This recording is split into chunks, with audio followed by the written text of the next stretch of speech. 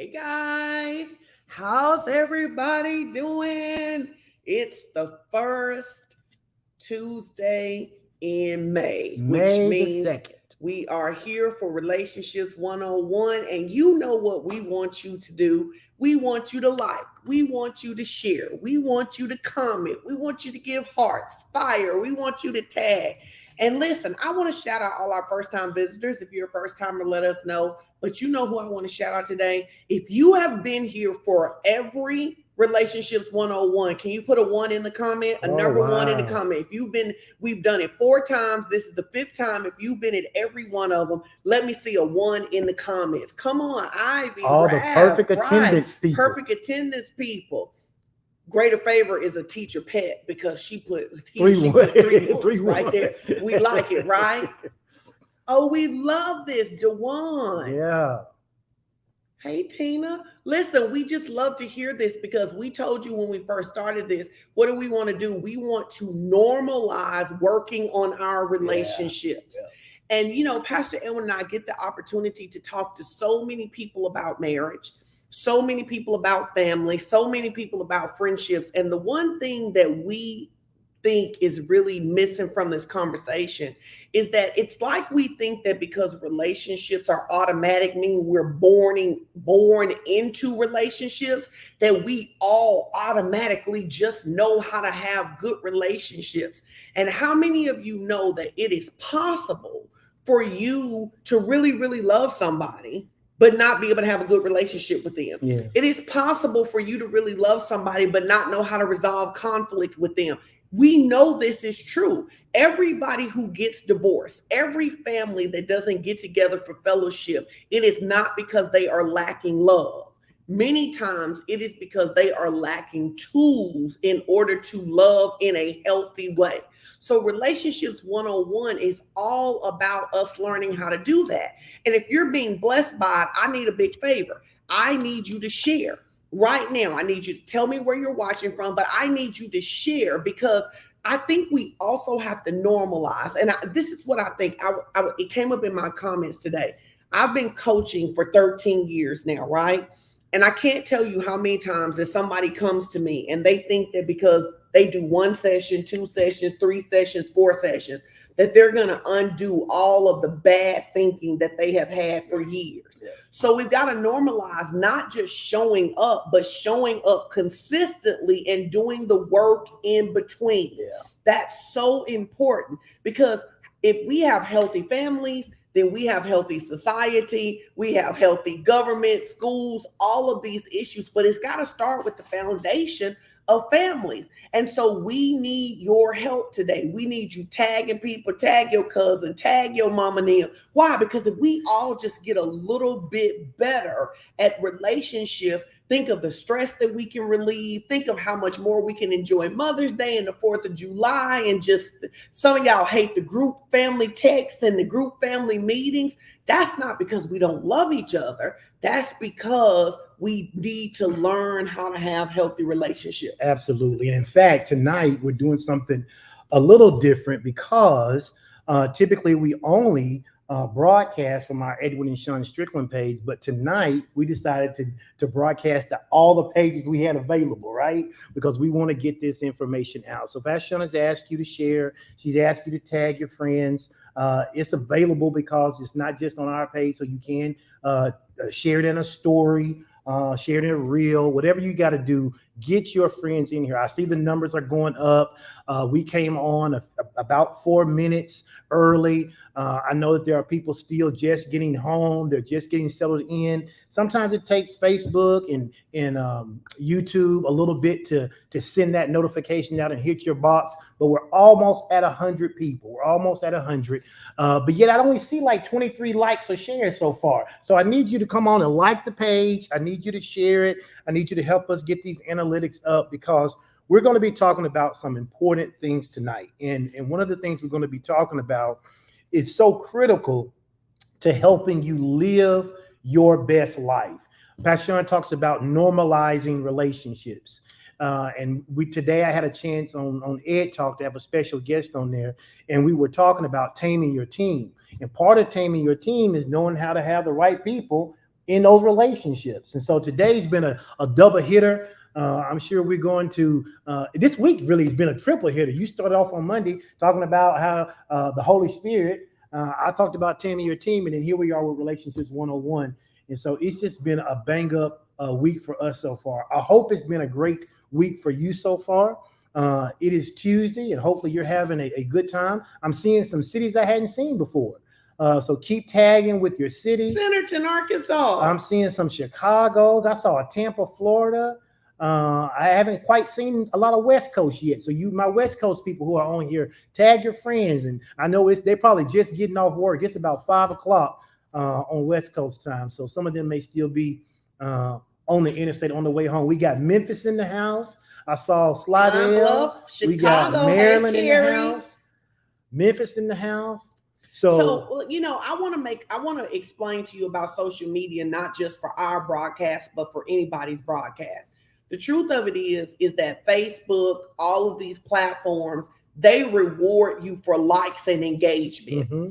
And if you believe that the content is good, not just for us, but anybody you're watching, if you feel like the content is good, and how many of you know it's a lot of garbage on social media? It is. So when you have people that are showing up with good content, I know a lot of y'all like to lurk in the cut and watch, right? But it really does help when you like, when you make a comment every 10 minutes or so. It really does. It expands who can see it. You don't have to be ashamed to like our content. Yeah, you don't have to be ashamed to like our content. You don't have to be ashamed. Now to like I know our some content. of you may be getting delivered in some of that other content that you watch. You don't want nobody to know your that you name, watch it, right? But over here, if the content is good, that's how you can partner with us. Yeah. You know, we teach the classes for free because we really want to see people walk by faith, walk in love, live by faith, and experience God's prosperity in every area of life. So you can help us with the engagement. And I know that as we go on, some of you kind of fade out and but every once in a while, just come back and give it a heart and give it a touch. Why? Because give some heart, some give fire. some heart, some fire. Nate said he feel the shade. If the tree fit, if it's over you, just step in the sun, right? But I think that it's so important because every day I'm seeing people talk about what's wrong with the world. And I think you could look around and you could feel like, man, there's a lot of stuff wrong. But when you have people like us and other people to Pastor Ralph and Refresh Bible Study, Pastor Chris, prayer, so many people who are doing great things. I think we have a responsibility to really celebrate and shout out the work that is actually improving people's lives. I agree. We were laughing when we were on the way over here because I'm going to get a story in about Pastor Elwin before he get one in about me because y'all know he real. You know I got to strike first because, you know, he got that extra petty on his life. And we were talking about, you know, repairing a breach in a relationship. And I had posed the question earlier today on social media. So if you didn't go comment, I want you to comment on it. And I was saying that I think there are a lot of people who think that they have been ghosted, who actually did not hear the people tell them that they were leaving. And what do I mean by that? Because that was an outgrowth of the conversation that kind of picked up you and Nitra in Ed Talk today. Yeah. And that a lot of times people are walking around feeling like a victim, saying, I got ghosted. I don't know why this person left, but they told you. And Nitra used a great example. She said, if I tell you I don't like purple, and you say, oh, I hear you saying you really love purple, or I'm going to keep bringing you something purple, right? And that sometimes we were talking about how a lot of times people are not self-aware. So I was laughing because years ago, y'all say years ago, Pastor Elwin and he wasn't Pastor Elwin then, I wasn't Pastor Young. We was having this discussion and he said, we was having this. We can be honest, it was years ago. You was probably arguing. I wasn't. And I'm going to say this. Because who was yelling? I was yelling. He was yelling. And he says to me, because this is important to repairing a breach, because sometimes in a relationship, both people don't know they have a breach. Everybody don't know that they have a breach. Y'all need to share this. And this is so important because depending on how you grow up, and I'm going to set you up. I'm going to set you up real nice if you work with me, okay? You grew up in a family that did not necessarily talk about conflict until it exploded. Okay. I grew up in a family where we just kind of said whatever was going on right there in the moment. So what would happen is that we would have an exchange and it would be over for me, but not for you. Would you agree with that? Yeah, because I didn't say what I wanted to say because I didn't want to hurt your feelings. So I held on to what I feel like you said a lot of stuff. I didn't. I know you, whatever you think that you, yeah. No. I said a lot of stuff. I'm telling you, I didn't say the stuff. Yeah, but some of that is because you need deliverance because you was really mean and you only knew how to fight. I can vouch for that. You only knew how to fight if you were saying something mean. Okay. You know what I'm saying? All right. And so anyway, what would happen is that for me, we would have a discussion, we would get to what I thought was resolution. And it would be over for me. For you. And now, because some of you may be like him. So what's unfair is that one person has been given the impression that there is resolution or we are cool when we not actually cool. Okay? Then it built up and one day it comes to the crux because you are telling me, baby, this day he done told me all the stuff that he do not like about me, honey. And he says to me, and this, y'all, when I say it, y'all go, no, he said it. I did. I love your tail. But I don't like you and I ain't liked you for a long time. I'm stunned. And I don't know why you were stunned. I'm stunned. Because in my mind, back then, if I had behaved like you, I wouldn't have liked me. So I didn't understand. I didn't understand why you didn't understand that I loved you, but I hadn't liked your tail for a long time. Now that wasn't the best choice of words. So now don't be like me. But the reality of it is that came from us coming from two different backgrounds in resolution. Right. So it's finally getting off of his chest that he doesn't like me. And I am devastated. And I prefaced it by saying I love you. Listen, but I'm devastated because to me, it feels like he's been lying all the time. Because like if you don't like me, no, Wolf, he didn't say I don't like you right now. He said I haven't liked your tail for a long time. Not the same thing. Yeah, I didn't like you at that moment, and I wanted you to know, going back in time, I hadn't been liking you. And so what I want to submit to you is that when we're talking about repairing the breach, that sometimes we got to get on the same page that we have a breach. Yeah. That we have a breach, because a lot of times, so for example, in one family, you may think that because somebody is silent, that things are okay. You may think that because somebody is engaging, things are okay. Right. And the reality of it is that, and you've heard us talk about this, I am fundamentally not a grudge holder. Right. And I am the type of person, very different from Pastor Edwin, is that if I don't like you or I'm not fooling with you, I don't have the capacity to act in any other way. Right? So now think about this. He needs to repair the breach.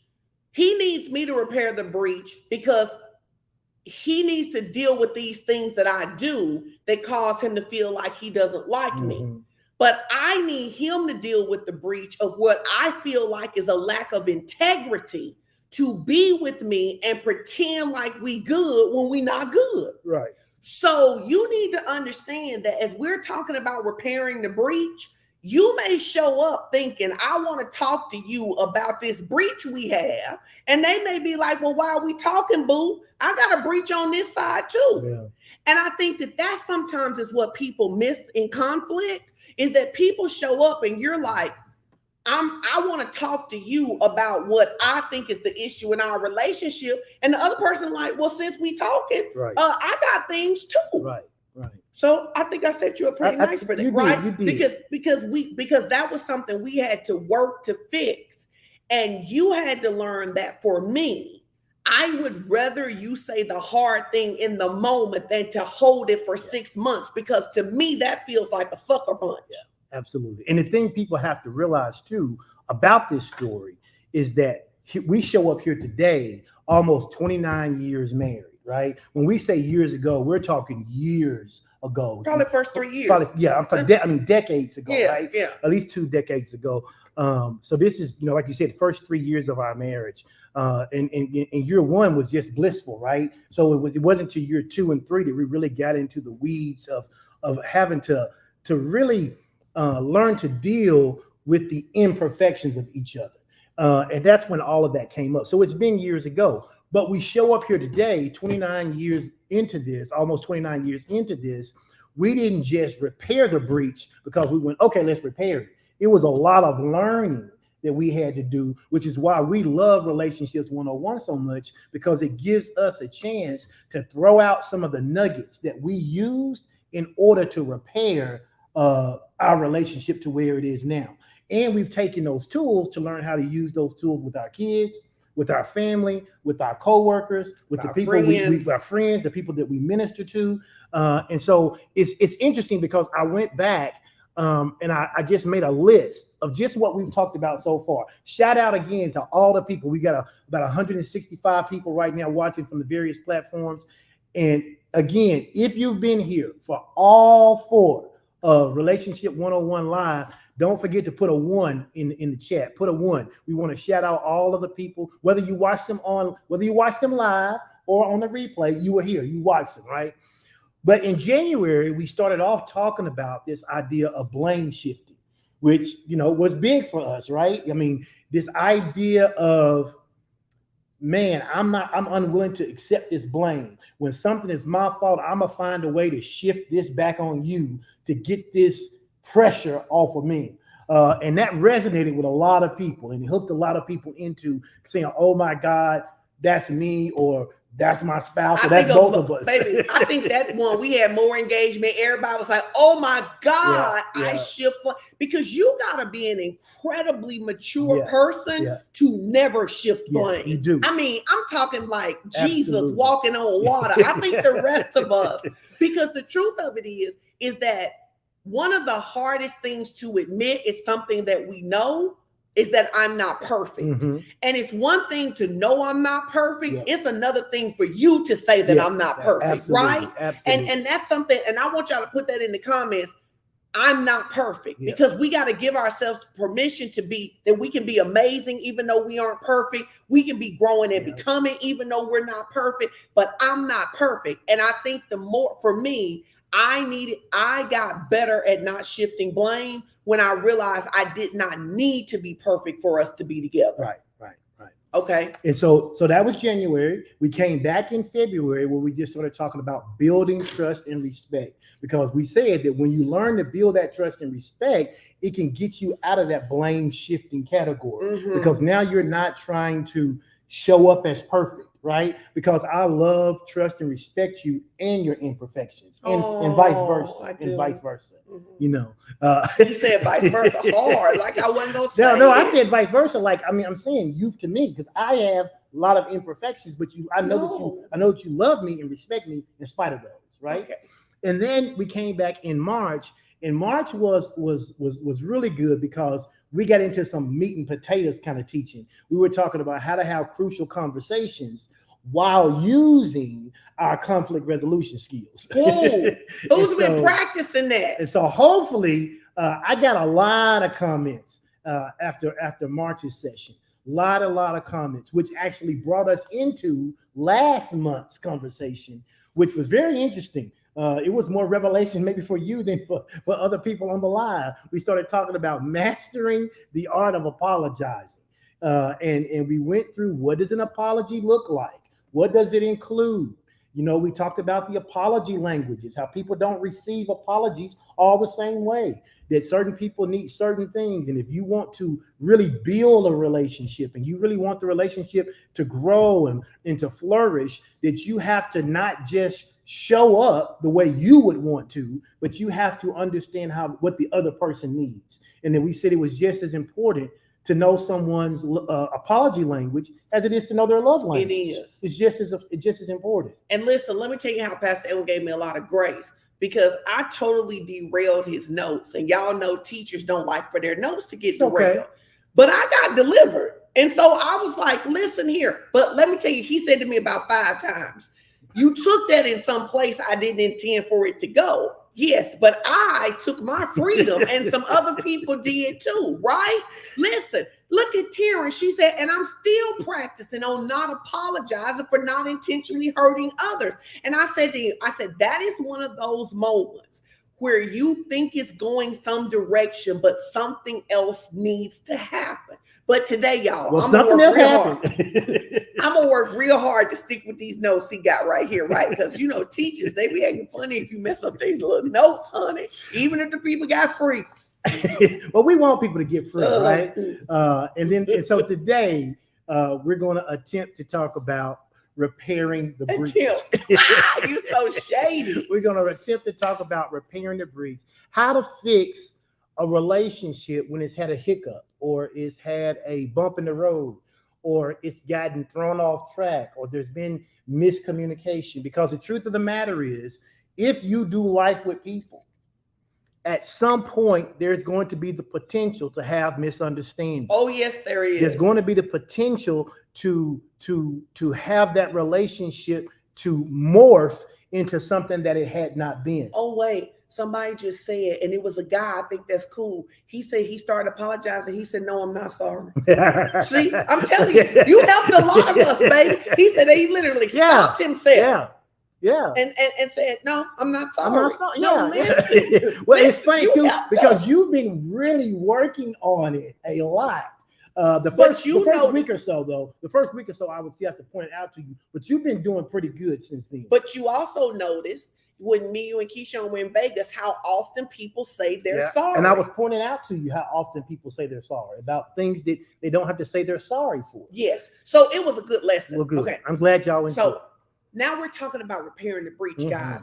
This is what everybody needs to understand. It is not if conflict, it is when. It's not if you do life with anybody any length of time. It is not if conflict, it is when conflict. Now, all of the other lessons we taught, they're teaching us what we can do to minimize conflict, what we can do to when we're in conflict. But how many of you know that even knowing the apology languages, even someone giving you an apology in the perfect language does not mean the breach has been repaired? That's right. That's right. And I think that we have to get more prepared for what to do when there is a breach. Yeah. We can't ignore a breach, because a breach is like a virus. And if we ignore it, it's going to eat the relationship up. We have to know that doing life with people, no matter how much we love them, at some point, somebody's going to injure somebody. Somebody's going to say something that they shouldn't have said, that they shouldn't have said. Somebody's going to hear something the wrong way, and you're going to end up with an issue. Now, a lot of those things, if we built trust and all of that stuff, a lot of those things can be healed pretty quickly, right? Yeah. But here's the problem when we have a breach. If we have a breach that we're not working on, even the little things can't be healed easily, right? So we have to do this work to not just be committed to love each other in good times, but to love each other as we repair the breach. Yeah, and I think we have to keep in mind too, it's kind of like when you do some kind of financial teaching and you put that disclaimer out there, right? Where people have to invest at their own risk. We are not financial advisors, blah, blah, blah. I feel like we need to do that tonight. We're not telling you that every relationship is repairable. Right. We're not telling you that every relationship needs to be repaired. What we are saying that it is possible to repair relationships, and just because there's been a breach of some sort doesn't mean it has to be thrown away. Obviously, we're believers, so we believe the thing that you should always do is pray and ask God about what relationships need to be restored or fixed. And then if he says, yes, it needs to be fixed, then here are some tangible, scientifically proven tools that you can use to repair that relationship. But keep in mind that restoring a relationship sometimes is a journey. It's sometimes a journey, and it's not smooth sailing. I want to say this again because I want to make sure that you hear this. We are not advocating that every relationship should be repaired. No, not at all. We're not advocating that every relationship should be repaired. We are advocating that every relationship should be prayed over. Yes. And every relationship, forgiveness should occur, even if the relationship cannot be prepared. Mm-hmm. Now, I want to give my personal Sean Strickland disclaimer, and let me tell you the relationships we can't repair. We can't repair relationships with people who are not interested in repairing relationships with us. Yes. And I say that on two sides. One, just because you say you're sorry does not mean someone is obligated to give you access again. Right. Someone can forgive you and say, but I no longer want you in my life in that capacity. Yes. And this is why we need to be very thoughtful about the choices we make with people that we love, because people can forgive us, but people are not obligated to take us back. Yeah, I agree. The other thing is that even in a marriage relationship where it is the will of God for people to stay together, Come on. God will not force someone to love you. Yes. Now, I always have to pitch this because you were not in the women's ministries. And in the women ministries, there is a lot of programming that we can pray hard enough and fast hard enough and sex hard enough to make someone want us that no longer wants us. Well, And I am telling you that prayer is not a tool of manipulation, that it is possible to marry someone that God intended to stay married, and that person decide that they do not want you anymore. And now you are up praying at 5 o'clock in the morning for someone that has no interest in you anymore. And I personally think that that is extremely dysfunctional, and we have injured lots of women in the body of Christ. I agree. Because women are being taught save it at any cost, and men are saying give her back to the streets. So I just those are my disclaimers. No, I mean, you laughing because you know I'm telling the truth.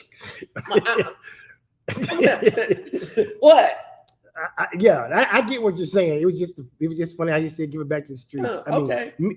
Men are typically taught that men are fixers by nature. If you have a man in your life, most of the time, if a woman is telling that man about a problem, a man is not just listening; he's trying to figure out how to fix it, and that too can become conflict, because sometimes women just want to talk about it. A man goes directly to, I want to fix it.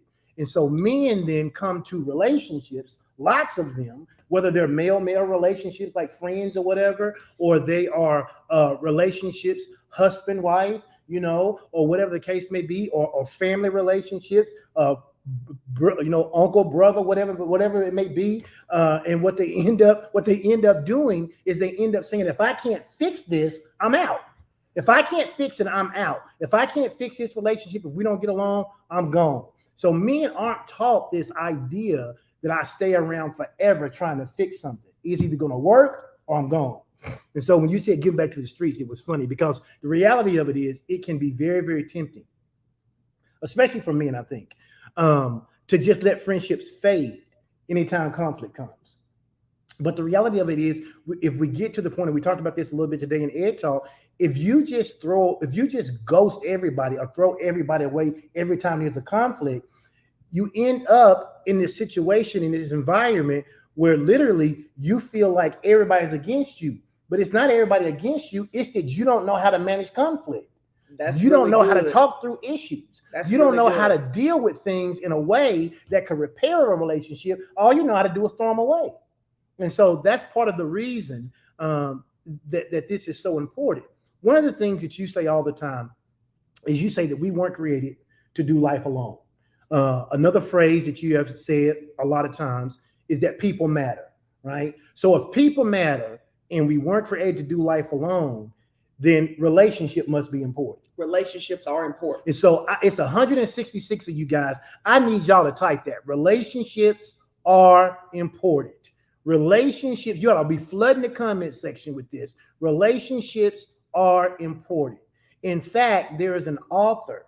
Her name is Lydia Denworth, and she wrote this book called Friendship, The Evolution, Biology, and Extraordinary Power of Life's Fundamental Bond. That was the book that she wrote. And in that particular book, she says a lot of things. But the one thing she says is she says that relationship, and I thought this was interesting, is carried in our DNA. It is how we are wired. We come here hardwired for relationship. We are. In fact, if you take a baby and that hard wiring for that relationship is not in that baby, they eventually call that failure to thrive. Why? Because that baby when it's born needs to have that bond and that relationship with his mother, with something that causes connection. If it doesn't cause that connection early, there are different things that happens in the brain that are not supposed to happen and has an adverse effect on the child. Well, it's true with us. If you're a person and you can never do relationship with people, every relationship you have gets blown up. You don't have one single friend from high school, not one friend from college, not one friend who was in your first marriage or your second marriage or your third marriage. I mean, you ain't got one friend. You ain't got one friend left. And so it's important that we understand that relationship is carried in our DNA, and it is how we are wired, and we cannot forget that. And that means that relationships or friendship is not just a choice or a luxury. Right. It's a necessity, right? It's a healthy relationships. I'm going to add healthy relationships. Yeah. They are a necessity. And when we don't have them, it makes us deficient in some area. Mm-hmm. We are injured in some area. We need them to thrive. I was listening to something yesterday, and it was saying it's 100 causes of depression, right? And one of them is isolation. Mm-hmm. That being isolated, and you can be in a group and be isolated. In fact, it's such a big deal. Just today, I was watching the news, and the U.S. government is trying to figure out how they can limit social media among younger kids, because what the studies have shown is that as kids engage more and more in social media, they become more and more isolated, which has a direct impact on the large number of depression that we see in young people of today. So it's a big deal. Tell your neighbor, say it's a big deal, yeah. Right? And so if we see relationships as important, as we see relationships as necessity, we will not only pick differently, but we will protect differently. Mm-hmm. So we'll pick differently, because if relationships are a necessity, then it matters who's my friend. It matters who I'm married to. Absolutely. It matters who my confidant mm-hmm. is. It matters who my pastor is, yep. Right? But I'm also going to protect the relations that he gives me. And one of the ways that I'm going to protect it is that I'm going to become proficient at repairing the breach. Mm-hmm. At repairing the breach. And so right? there are some tools to doing that. Now, obviously, say to them what we're talking about at the house, and then we'll get into this. Above all of these tools, what does everybody need to learn how to do? Talk to God. No, seriously. It's that thing. You need to be able to hear from God. You need to be able to hear from God. If you don't know whether or not you should be repairing a relationship, you could do all of this and repair a relationship that was supposed to be over. So you need to hear from God. But part of using these steps is to give you tools. No, you know, just because God says build a house, that's great. God said build a house. Do you know how? Do you know how? Do you know how to use a saw? Do you know how to use a hammer? Do you know how to put the truss on the house? You get a word from God, and then you need the instructions to carry out that word. And so that's what we're attempting to do here. No, I think that's a really good point, because one of the things that I always ask people when I counsel them in marriage, I say, what did God say to you about this relationship? I know everybody doesn't necessarily agree with this, but I do not believe that everybody who got married, God put them together. Mm-hmm. And I think the bigger issue is that people don't know that God put them together. One of the things that anchored me in the tough times is I didn't just love you. I had a word from God that we were supposed to be together, right? So to me, prayer is foundational because, like you said, you can do these tools with somebody that you should have left a long time ago. Mhm. You can do these tools with somebody. You can be trying to repair a relationship with your best friend because they was your best friend in college, but they are not your best friend now. They have demonstrated to you that they are actually an enemy to your destiny now, right? So for me, I'm always going to start with, what did God say? Now, for this purposes, we are going to assume that God told you to repair the breach. Right. We are working from the assumption that you don't just want this relationship. You don't just want it because y'all got kids. You don't just want it because y'all was in Girl Scouts together, but that you believe that God has a destiny purpose for this relationship. So now, with that as the framework, here's what we got to do. Yeah, we got to get into these ideas of what we need to do to repair these relationships. You want to take the first one, or you want me to do it? I can do it, but you told me to do the evil ones. Oh, okay. I may have.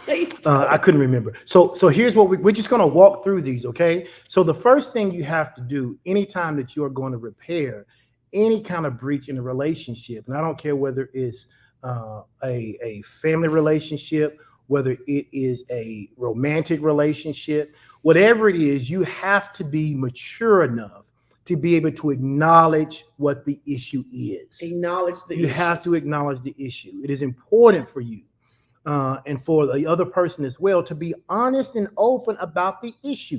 And here's what happens, especially when there is conflict.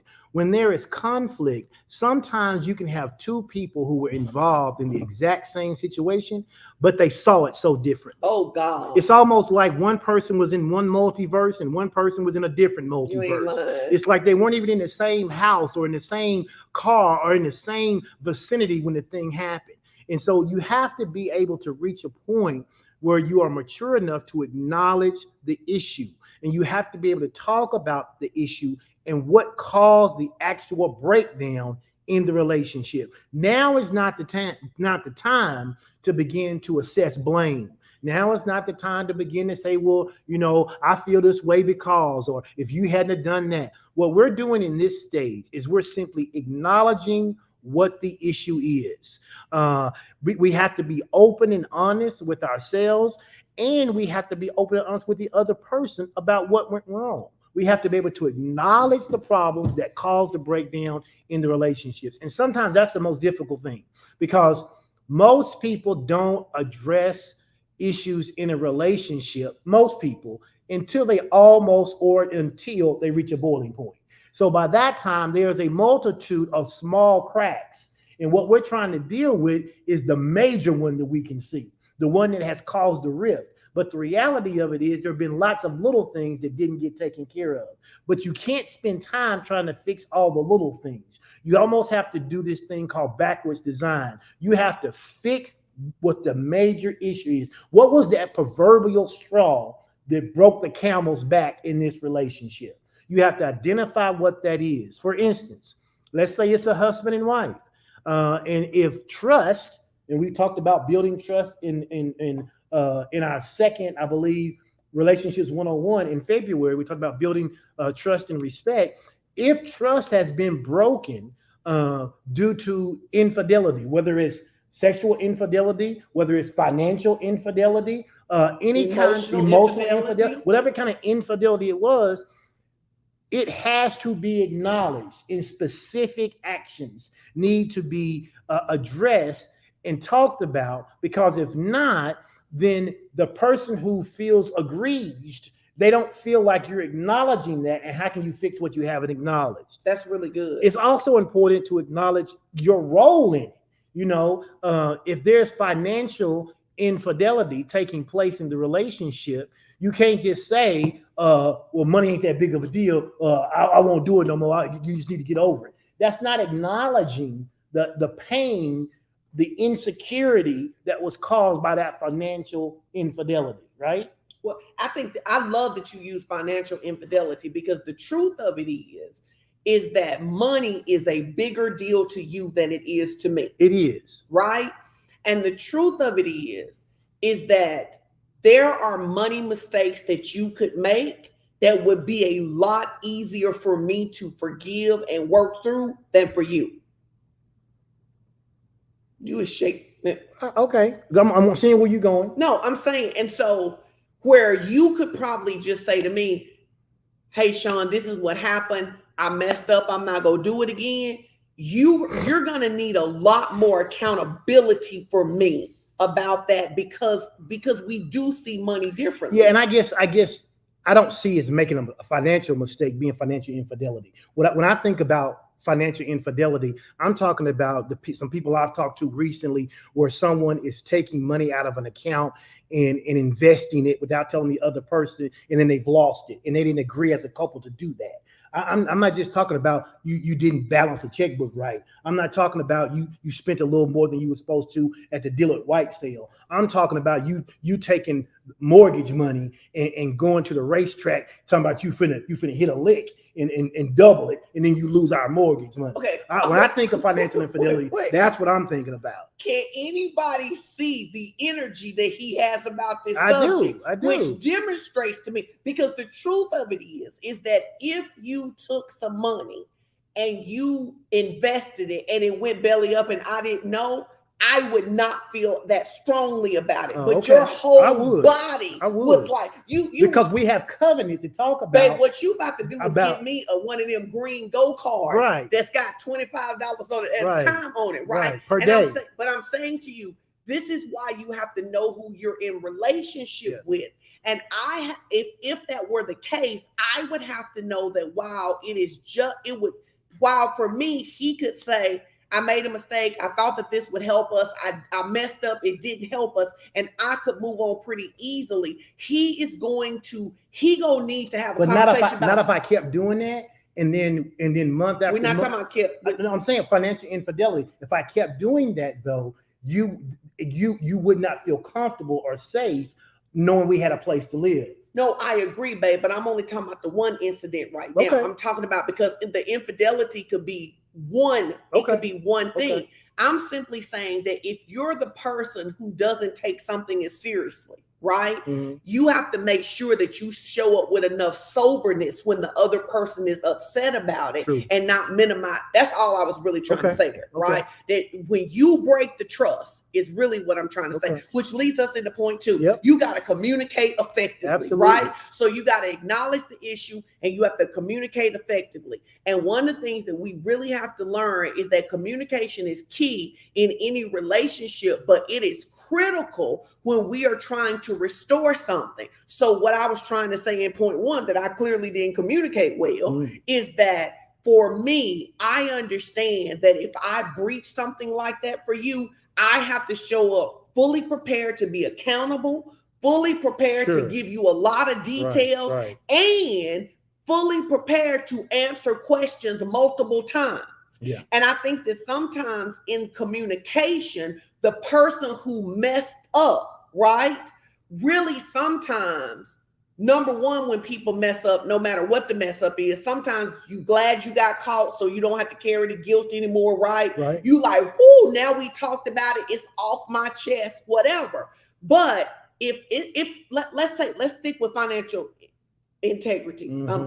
Let's say that I've been taking money for 5 months and I've been feeling guilty about it, right? But it's not till I take it for 5 months that you really realize that we have a problem. Right. So I could show up like, I'm just glad I got it off my chest to be able to tell it. And now we can move on. But it's new to me. But it's new to you. Right. And that's what I'm saying. That sometimes when we're in the communication, the person who has known about the thing, the person that's been dealing with the thing can want to dump it on the other person, right? And want the other person to just say, I forgive you and let's move on. Right. Well, the other person needs lots of clarity and understanding. Does that make sense to y'all? Because I hope I'm communicating this effectively. Does that make sense to you, babe? It does. Basically, I use it like this when I talk to men sometimes. And when they've messed up, what I say to them is you got to be mature enough and you got to be man enough to, if you want this thing to work out, to be able to eat this humble pie. And it ain't always easy. And when you mess up, you don't want to hear about how you messed up over and over and over, but you've been messing up. You've had time to process it all. when you give it to someone new, it's new for them. And because it's new for them, they need a grieving process. They need a understanding process. They need a venting process. They need a process in which you've had time to deal with that they haven't. And so that's what I hear you saying. That's exactly what I'm Yes. saying right there, Yes. right? So you got to practice active listening, right? Yep. Which involves giving the other person your full attention. So when we have a breach, let's establish this rule, guys. Anytime we're talking to somebody who has a breach, what we're not going to do is watch TV or be on our phone. Right. Because it says, I don't respect how much I've injured you. And we've I talked don't about this, care about practice, about active listening, how important it is. how important active listening is, right? So you got to give the person your full attention. You got to ask clarifying questions. You got to summarize what they've said to ensure understanding. But I'm telling you, if your spouse, if your kids, if your mother, if someone comes to you and they say, I'm hurt, I'm injured, I'm upset, you got to do this. You got to put the phone down, because a lot of times, you know, if we have a lot of random conversations where one of us doesn't put our phone down, right? Yeah. But part of effective communication, especially when there is trouble, is the person needs to feel respected and heard and in the number one spot. Yep.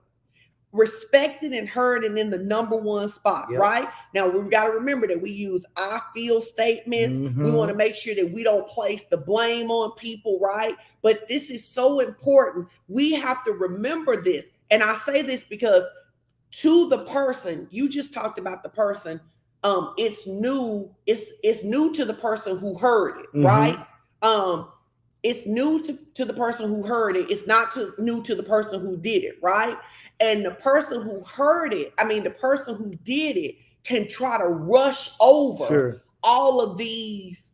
You know, if somebody says, I feel that you don't love me when you do that, you can get defensive if you're not practicing maturity. I do love you. Well, I still feel like you don't love me when you do X, right? So that's really important in the communication, to communicate effectively. Yeah.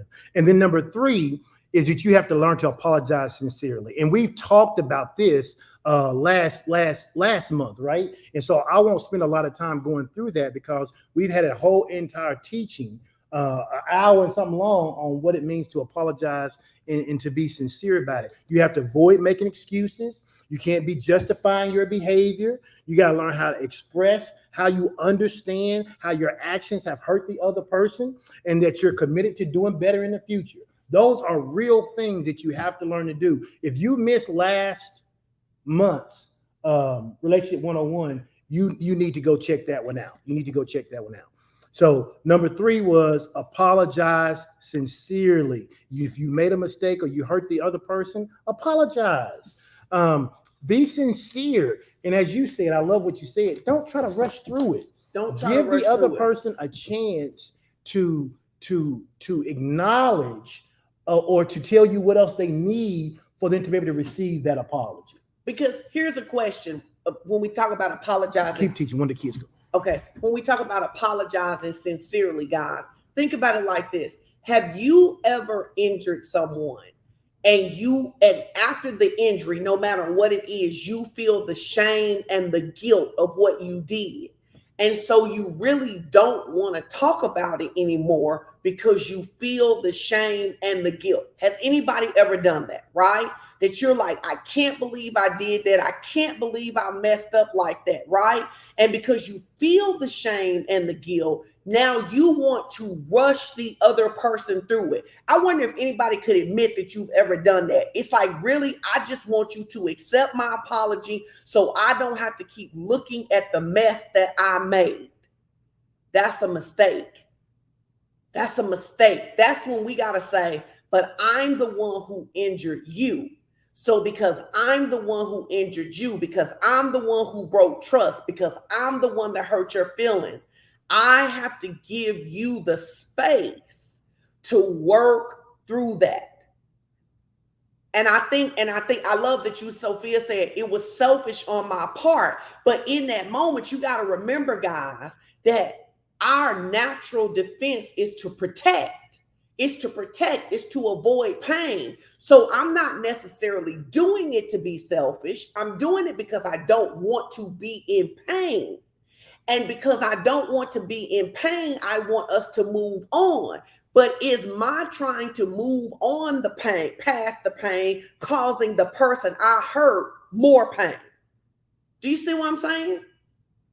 That's it. So like for example, the example Pastor Edwin has, because this is his section, he had to go take care of one of the kids. It says, I'm sorry that I lied to you about where I was last night. I understand that I broke this trust, and I'm fully committed to being honest and transparent in the future. How many of you know that that is a perfect textbook apology? Perfect textbook apology. How many of you also know that for most people, that is not enough and the conversation is not over? They good? Yeah. Okay.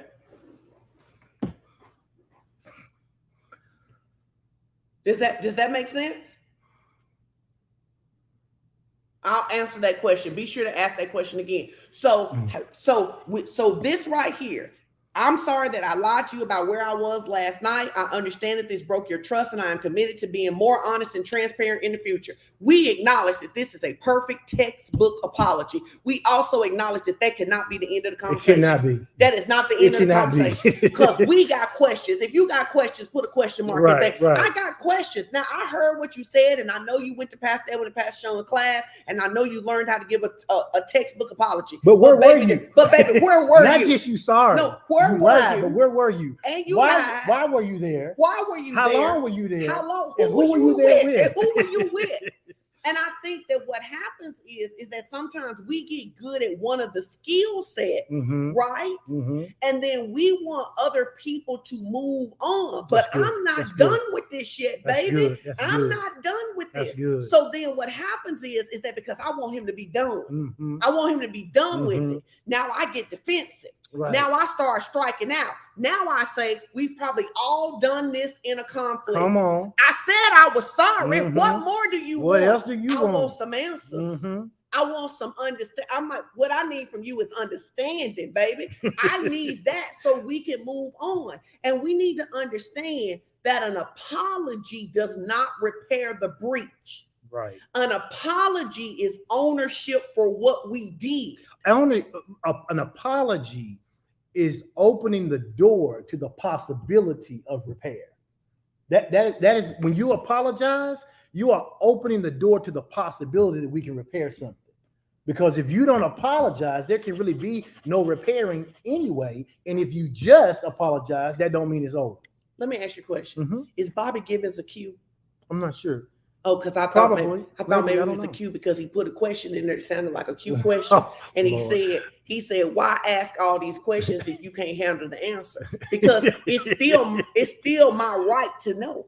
It's my right to know. And it felt like, and he had on a purple shirt and I couldn't see it, but it felt like, so now we got to set realistic expectations, right? One, if I'm the person that's apologizing, I need to understand that it is unrealistic to believe that because I said I was sorry, even in your language, that's the end. He the bros. Yeah, Bobby. I'll talk to you about it later. I'll explain it to you later. I can't do this. Don't do y'all like that. You know how y'all act. Y'all just go. No, listen. Look at Joshua. Right. Joshua said not a question from the bros. So I think that this is important. We have to set realistic expectations. Number one, don't expect everything to be resolved immediately. I think that is so key. Don't expect everything to be resolved immediately. And this is not just husband and wife relationships. These are friendships. These are relationships at work, at church, at home. When something's been breached, and even though you may desire for it to be fixed, they may desire for it to be fixed. Even if you both desire it, it still may take some time because there's conversations that need to be had, and there needs to be realistic expectations about what's going to happen going forward. Now, I'm going to use an example that's not a us relationship. Okay. Years ago, I had a breach with a really good friend. Yeah. We have since restored the relationship. Yeah. Our big problem is that we had a third friend that we thought we were all equal. So over time, what would happen, it would be like, if me, Chris, and Strick are friends and we do a lot of stuff together, then it becomes the assumption that if Chris say Strick said something, you just assume it's true. So over time, me and the person that we resolved our issue, we ended up getting a lot of bad information from the third person that wasn't true. Now, the mistake that we both made is we didn't talk to each other. We just assumed the other person was acting in good faith. And we ended up with a mess. It actually probably took us 4 years before we came back and had a conversation. When we both realized how we had been played because of our immaturity to have a conversation, we had to decide how we were going to fix it. If you were going to fix it, once we decided we were going to fix it, we had to decide how we were going to fix it. And one of our things that we set up, that we have this rule now 10 years later, is that if anybody ever tells us the other person said something, we immediately pick up the phone. Immediately. Because we don't have the luxury to do that again. If we ever do that again, it's blown up forever, right? And we had to both own that we made a lot of assumptions, but then we had to own the fact that how did we get to the point that we could make those assumptions about each other and deal with some stuff? So we had to set realistic expectations. That means, go ahead. I'm sorry. There was a question Ms. Tucker had. I can't see it now because it scrolled up a little bit. She said, I understand we need to heal. What's the expected behavior during the time period? Are we to act ugly with each other and still, I think, treat each other like human beings? This is what I would say to you. If you can be upset, but if you want restoration, you need to act like it. Right. So you can be upset, you can be angry, you can be hurt, you can be disappointed. But a person who wants restoration needs to act like it. I say to people all the time, if you cannot get over, for example, infidelity, okay? If you don't get over, if you can't get over infidelity, if you say you're gonna get over infidelity, you don't get to be calling me out my name because I'm 5 minutes late from Walmart. You don't get to be going off on me and giving me the silent treatment. If you want restoration, you need to act like it. Now, what you can say is you can say that when you 5 minutes late like that, it make me wonder what you're doing, and I want to say some ugly words, so I'm going to walk away right now. But what you don't get to do is you don't get to abuse me because I injured you. If you cannot move on, move on. And we tell people that. If you can't move on, people that if you can't move on, you have to move on. Now, that doesn't mean, because I think some people hear that and they think, well, that doesn't mean that I injure you. I say I'm sorry. You ask me a question. The next day I'm like, you ain't moving on. That's manipulation. You don't get to do that. A person has, and you don't get to determine. I say to men all the time, when I talk to them, I say it to women too if I were talking to them, but I talk to a lot of men, and I say, you don't get to determine how long it takes for the person you injured to heal. All you get to do is to show up and be the consistent person you said you're going to be while they're healing. Absolutely. And that is the key. I don't get to determine, well, it's been a month and you still hurt. Saying that is insensitive. What I get to do is I get to show up being the new person I said I'm going to be and be consistent with that until that person's healed, not till I get tired of them being hurt. Well, and that's a difference. Because now, wait a minute, let me just hold that tired of them being hurt. Okay? Because you have to be consistent, but I don't get to talk bad to you.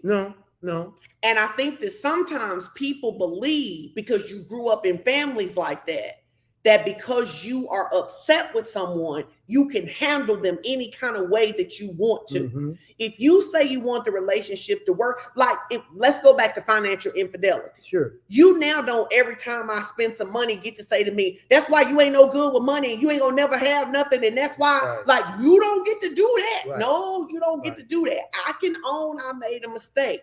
I can understand that I have to give you a different level of accountability with my account because I wasn't faithful. But you don't get to call me names. You don't get to embarrass me. You don't get to cold shoulder me. You need to act like you want restoration.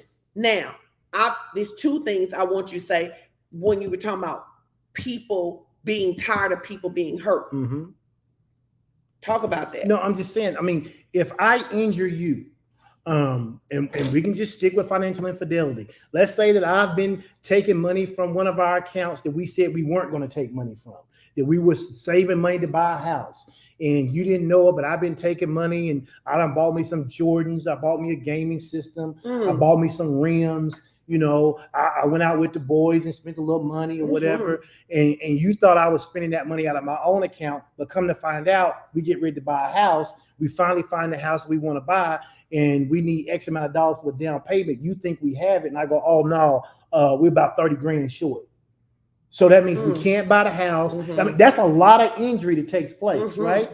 I can repent for that. I can tell you, you know, everything I did. I can make promises that I'm going to do it anew and all of that other stuff. What doesn't get to happen though is that when I have something new and you ask me about it, I can't be like, oh, you don't believe me now. No, I don't. No, I and don't. So I didn't accuse you. I'm asking you because now I have to verify because you've shown me that you will do something you're not supposed to do. I'm willing to work through it and to get over it, but it ain't happening on Wednesday. I need to know today, where did you buy that out of? And I think people conflate the two. It's like if you injure someone, you don't get to determine it's been enough time, you should be over it. It's like if you break somebody's arm and they say, well, it's going to take 4 to 6 weeks to heal. And on week 4, you're like, all right, you good. No, it takes 6 weeks. It takes 6 weeks for my arm to be healed. So you don't get to determine that. You know, that's exactly right. I love what Nate said. Come on, Nate. Logic. That's exactly right. Restoration does not exclude accountability. I think everybody should take restoration does not exclude accountability. That's right. Now, I want to talk about the flip side because I think Everett said, do people do that? Like I'm being serious.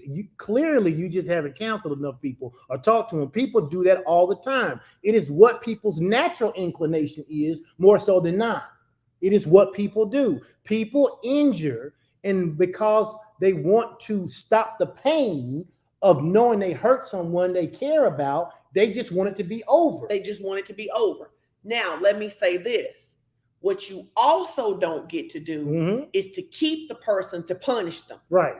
So I know I'm not going to really forgive you for cheating, for spending the money, for picking your mama over me, all of that stuff. And I tell you I want to work it out, but I really just want to keep you so I can make you miserable and feel like crap every day, because that's something I see as well too. Because I want to cause you as much pain. Because I want to cause you as much pain as you cause me. Right. Don't keep somebody just to punish them. True. That's true. You don't get to keep me just to punish me. That's right. So you don't get to rush past somebody else's pain. And you also don't get to keep them just to punish them. Yep. And I think on both cases, when we can't move past that, when you talk about when it's a place, when I think a relationship should end, that's right, Nate. Yep. You can't be in a relationship that's going to be healthy wanting your lick back. Yep. Wanting your lick back, right? And so if you're just like, there's no way I can get over it, then don't hold somebody just to make them miserable. I think, and I'm making a general statement. I don't have no scientific evidence to prove this, no empirical data that backs this up. But if you are 80s or 90s kid, getting your lick back was kind of how you grew up. That's why I'm telling us not to do it. You kind of grew up getting your lick back. It was like, all right, I'm gonna hang around and be your friend, but just long enough to treat you like you treated me. I'm gonna get my lick back. And so a lot of us have to learn not to behave that way. Now, and here's the problem. And this is really how relationships go bad. Now I want you to hear this. So you take 2 kids who grew up listening to gangster rap, because early in our marriage, that's what we were like. So then now you go get your lick back. But now I'm gonna get my lick back. And now you get your lick back. Yep. And now I'm gonna get my lick back. And the challenge, the reason that a lot of people get 20 years under the belt, but the relationship didn't get better, is you weren't actually trying to get the relationship better. You just kept trying to get your lick back. Wow. You just kept trying to get your lick back. You're just gonna until keep somebody on, finally theoretically knocked the other one out. Right. Or just walk away. Right. No, and BJ, this is the truth. A lot of times people are miserable trying to make other people miserable. Mhm. I want to inflict as much pain on you as you inflicted on me. And if that's in your heart, you really need to work on that. And this is just a side note. The truth of it is that if you are a person like that, you need to be very careful, because you will give yourself disease. Yes. You will give yourself disease being a grudge holding, unforgiving, never moving on person. You will actually make yourself physically sick. That's true. Yes. All right.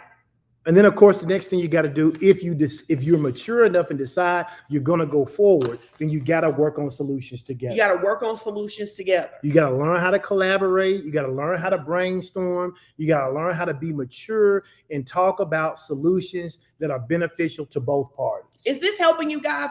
We already at 5, and I didn't even ask you that. We almost done though. Is this helping you? Because see, now if I have committed financial infidelity, I have to say, humble pie again, guys.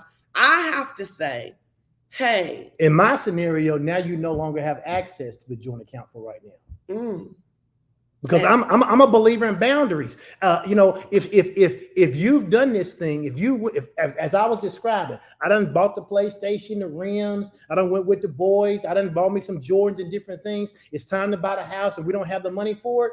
I now don't get to show up and go, well, I'm a grown man, I should have access to it too. You forfeited your right to have access to it, at least until we come up with a workable solution that you put your money back into that account. We have to, and if you say, oh, I don't want to do that, then we got to find something that's workable, because what's not workable for me in that situation is you having access to that account. And the truth of it is that you want to know why marriages and relationships don't work. Is this tough part here. It is this tough part that says, I don't get access to the account, or I don't get to take my phone in the bathroom because I was taking my phone in the bathroom sexting everybody. And I don't get to do that anymore in order to prove that I am, until I prove that I am trustworthy. And now my pride says, I'm grown. You don't tell me where to take my phone. And I've actually talked to somebody about this before. And what one of the parties told me was, well, I'm not going to police a grown man.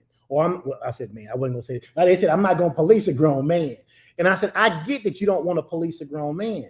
But when he goes in that bathroom, not a particular thing, but I'm saying, when he goes in that bathroom with that phone, what's going on in your mind? You're not ever going to be able to heal, because you won't put any boundaries in effect so that you can have the time to heal. It's what's so funny?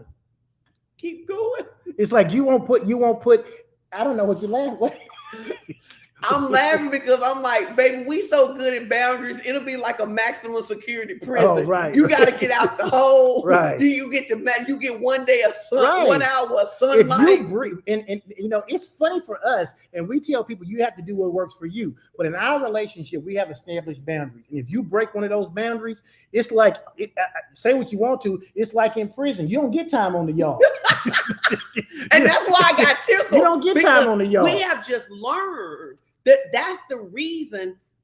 The truth of it is, let's talk about a little brain work here. Okay. A little brain work tells us it takes 21 days to form a habit, but it actually takes 67 days to form a new neural pathway. Right. So if I have been randomly spending money and violating the trust between us, I need at a minimum 67 days where I don't have access to the money to even create a new pathway in my brain. If I've been sexting people, I need at least 67 days to be able to reset that.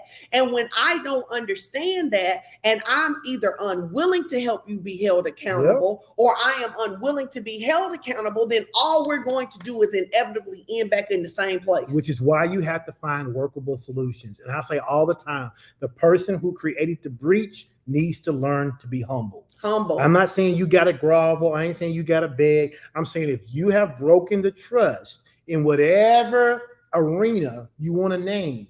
When you show up, you have to show up knowing it's going to be different than it was. It cannot just be status quo. Absolutely. So you got to learn to work on and solutions. then you got to practice forgiveness while we're doing it. Mm-hmm. So I can hold you accountable without trying to punish you. Mm-hmm. I'm holding you accountable. I'm not giving you access to the account to punish you. I'm not giving you access to the account because it's unsafe for you to have access to the account. And this is, if you really think about it, this has really been a lot of issue with addiction, right? Yeah. The truth of it is that if you are married to a person who is an addict, there are certain things they should not have access I agree, to. 100%. They should not. And so you keep getting injured because you allow someone who has an addiction to have access to things that will injure you by them having access to them. Yeah, absolutely. And you just gotta so I can practice forgiveness. I love what Nate said. You know, I can practice forgiveness, but you still while gotta I hold you accountable. But you still gotta be accountable, because I'm not forgiving you for spending the money and now we can't get the house we've been saving for 3 years. What I am doing is restricting your access to do this same thing to us again as we build going forward. That's not holding a grudge, because if I was holding a grudge, I would say this: you can never have access again.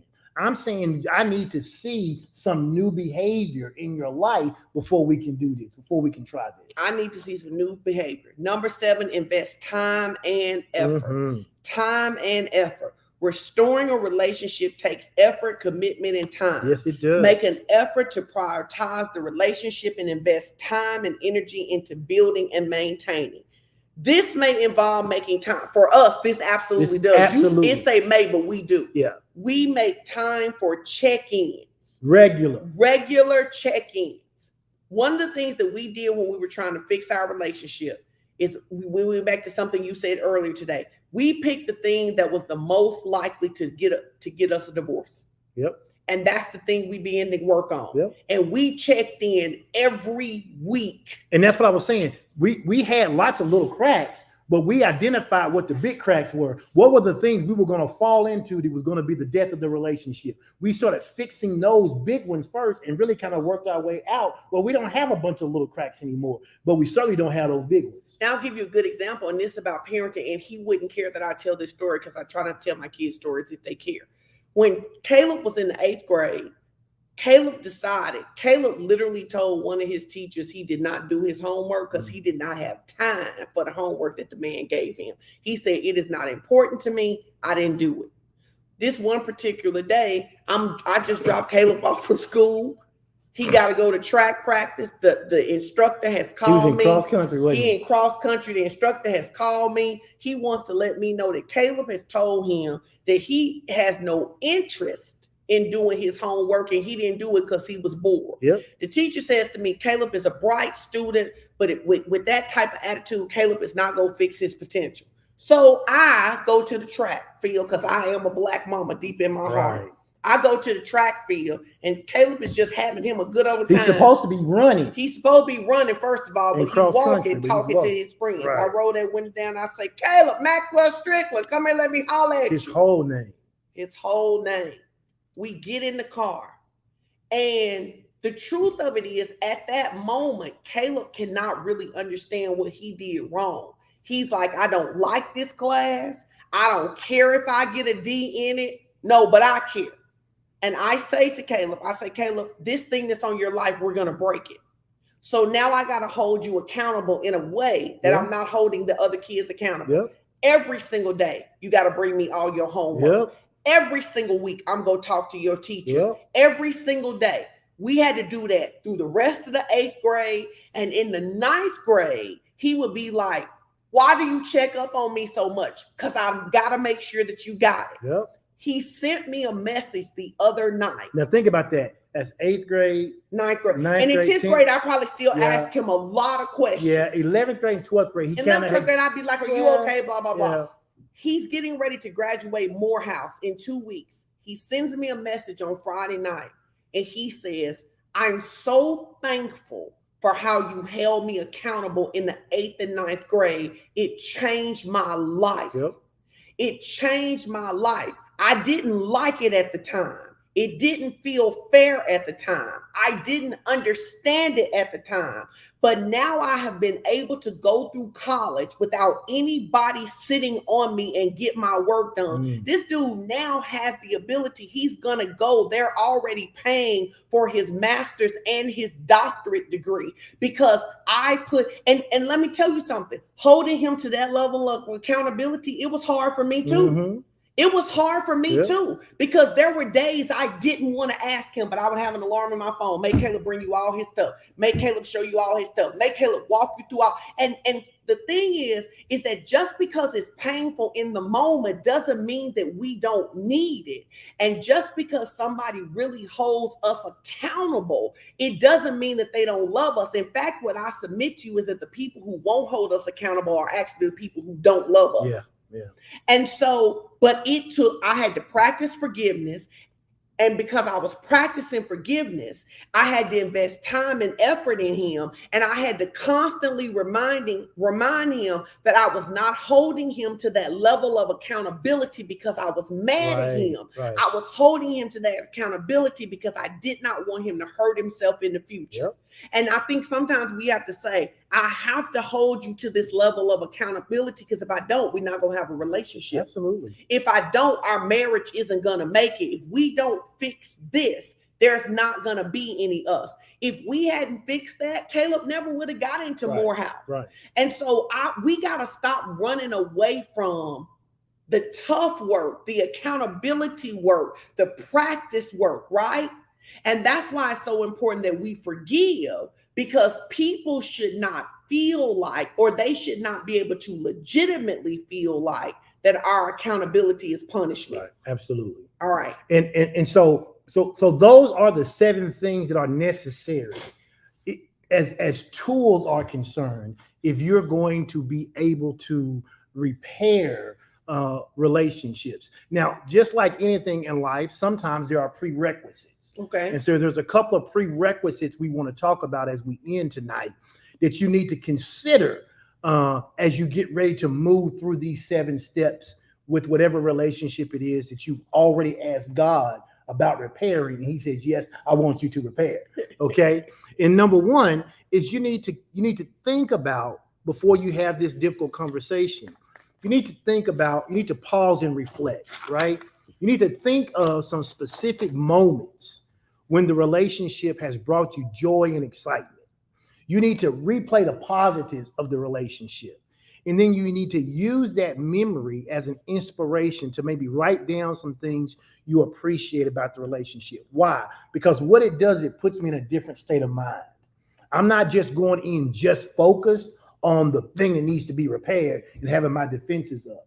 I'm thinking about the quality of this relationship. Why is it worth being saved? What is the benefits of it? And then begin the communication repair from that place, from a place of gratitude, a place of positivity. And it's going to make the conversation a lot more meaningful. No matter the outcome, because we talked about this, every time you're trying to repair a relationship, it may not be repairable. It may be, sometimes you can have the conversation and the mutual agreement is, it's time for us to go our separate ways. That can be a mutually agreeable solution. But no matter what, the positive intention is going to remain. Even if there is still tension, and even if you still need to take or continue the relationship on a pause, you end up at this place where you can appreciate the person rather than being angry at the person. That's good. And so that's one of the prerequisites. Take a moment, breathe, reflect on the positivity of the relationship before you get into the conversation. Number 2, we have to remember that we differ in how we deal with conflict. Everybody does. Everybody differs in how they deal with conflict. Yes, we certainly did.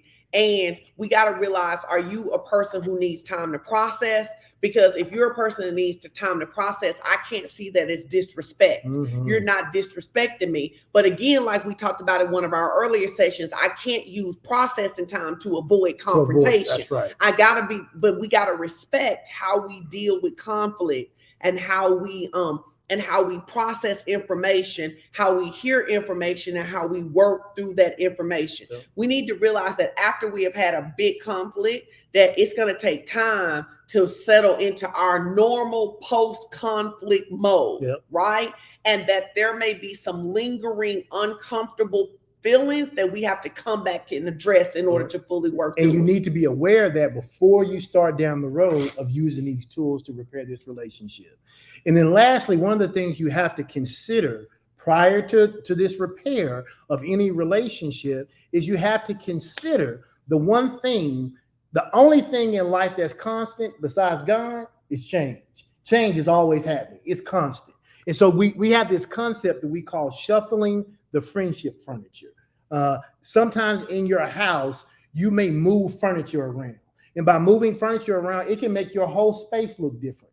I watch a lot of HGTV shows and I see it all the time. They have the same structure, but the way they put the furniture in there, they may have a couch, instead of a couch, they may have one of those L-shaped comfort recliner things in there, or they may put lamps, or they may move some built-ins in there or something.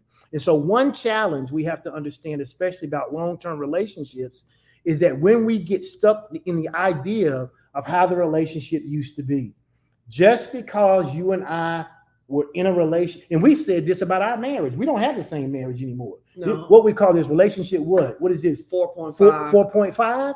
What does that mean? That means that in essence, we feel like we've had major change in our relationship over the last 29 years, about 4.5 times. This our 4.5 marriage, which is really why I don't judge people who get married a bunch of times. We just got married to each other over and over again. But really, right? really not even the same. We got married to the new person. We got married to the new version of us over and over again, yes. right? So one thing in shuffling friendship furniture is, what will the relationship look like now, right? What will because here's the thing.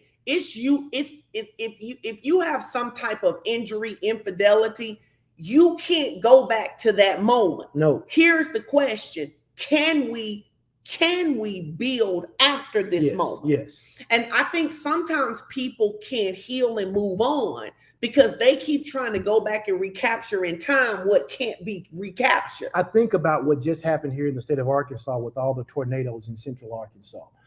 There are people who lost their homes. They may be able to rebuild, but they can never have that home again.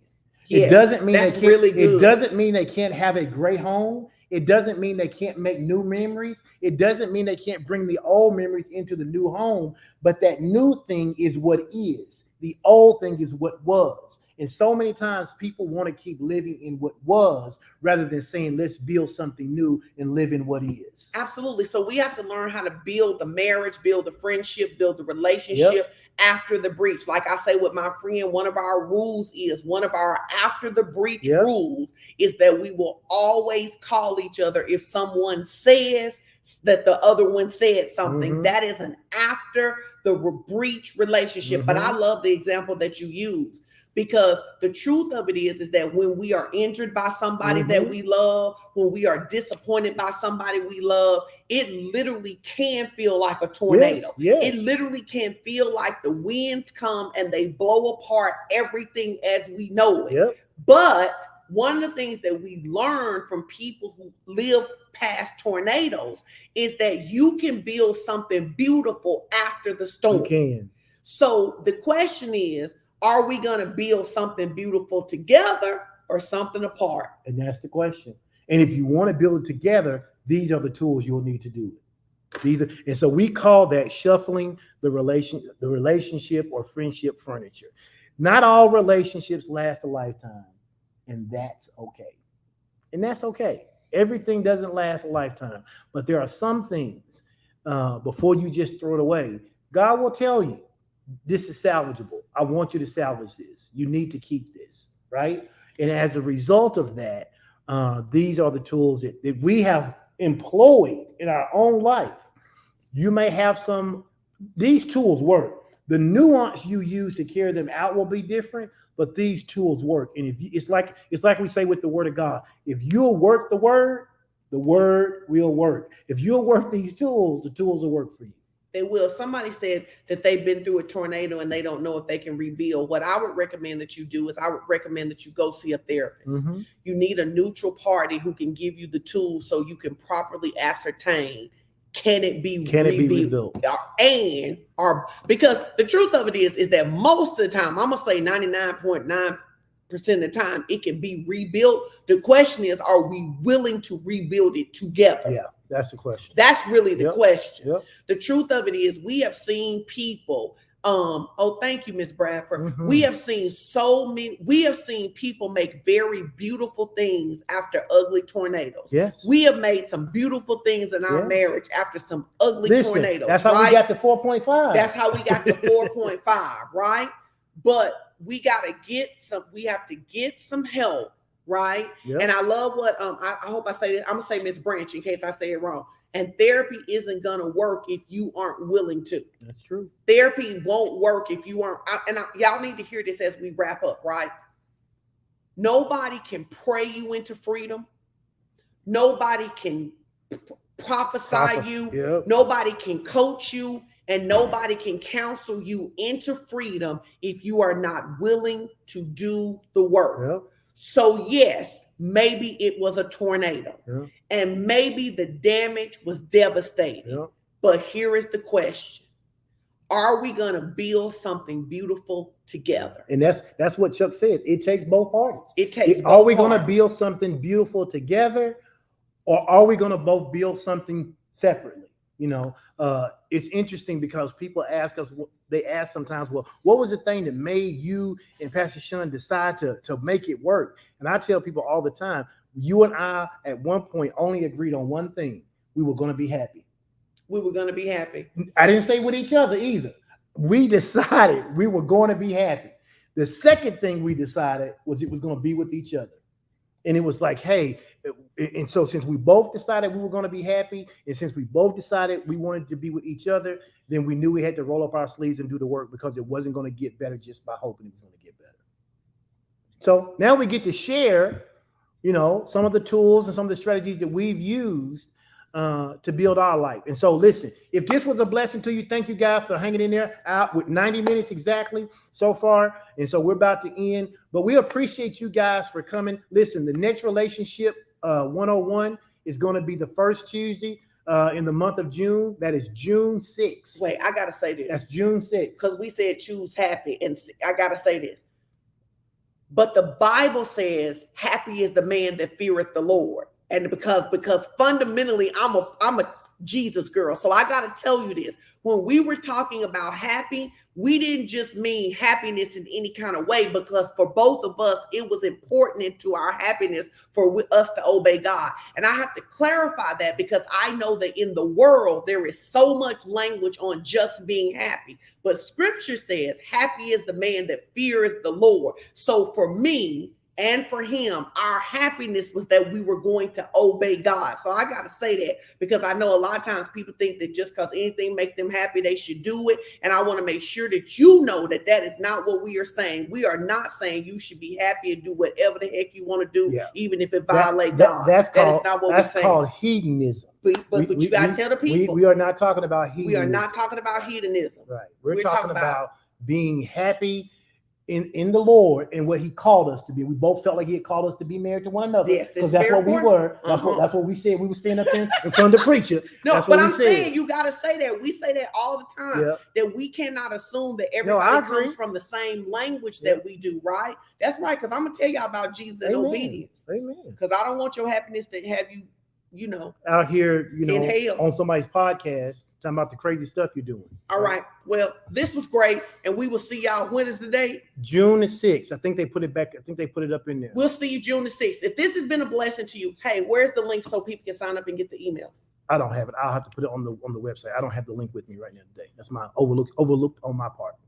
Because we got an email that you can go, but go to the page and like it. And listen, we'll see y'all next month. But if this was a blessing to you, I need everybody to bring somebody with them next month. Come on, you do that? Bring somebody. Everybody bring somebody with you. Yep. Now, as we go, I'm going to ask you to do what I always ask you to do. As we're closing out, you put in the comments, what is your biggest takeaway from tonight's lesson? Yes. Your biggest takeaway from tonight's lesson. All right, we'll see y'all. Hey, how you doing? We'll see you guys. Mark your calendars. Don't wait till June 5th. Mark them now. June 6th is going to be the date. Don't wait till the day before. Put these comments in here so we can see them as we're going off. Oh, Tanisha says she brought somebody tonight. Thank you. Once again, if you're a first-time visitor If you're still here, it's 140 of you still here. If you are a first-time visitor, this is your first time joining us for Relationship 101, just use a little emoji and put your hand up or something. Or put the number 2. I don't know. We use 1 already. Put the number 2. Put the number, put the number 2 number up. 2 when you're still here. We would love to see who our first-time visitors So are. somebody, Latanya said beautiful resolutions are possible. That's right. Yep. Oh, this is her first time, and she invited somebody. Oh, good. Come on. Medlock's us first time. I love this. We are wired to be in relationship. Miss Lowe, good to see you. Hey, Julie. All right. Tootie Huxtable, that's cute. What stood out to me is ask God first, then use the tools. Make sure this is of God and his will. Miss Strickland. There's another Strickland out there. An apology doesn't repair the breach, and you can't rush the injured person's time to heal from the injury. I love this. Amen. This is so You good. cannot. If this was a blessing to you, share it. Tell somebody about it. Setting boundaries is not a point, not a punishment. We will see you guys next month. Yes. And listen, all you first-time visitors, we want to see you back next time. And thank you for joining us for Relationships 101. We appreciate you all. Have a blessed night.